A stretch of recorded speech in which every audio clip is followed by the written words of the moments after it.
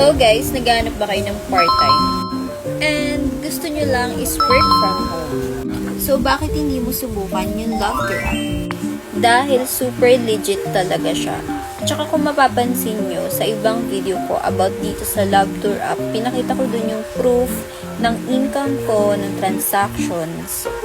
At sinabi ko rin dun na wala kang ilalabas na pera. All you need to do is by posting pictures, videos, and answering video calls from your followers, and also, meron na ring bayad yung pakikipag-chat mo sa kanila. For short, halos lahat ng ginagawa mo sa Loveder app is binabayaran na nila. And sa mga single dyan, guys, hindi ka lang kikita. Pwede ka rin makamit ng someone from other country like Korean. Napakarami talaga dun. So, ano pang hinihintay mo? Gusto mo rin magka-income weekly? I-download mo na ang Loveder app.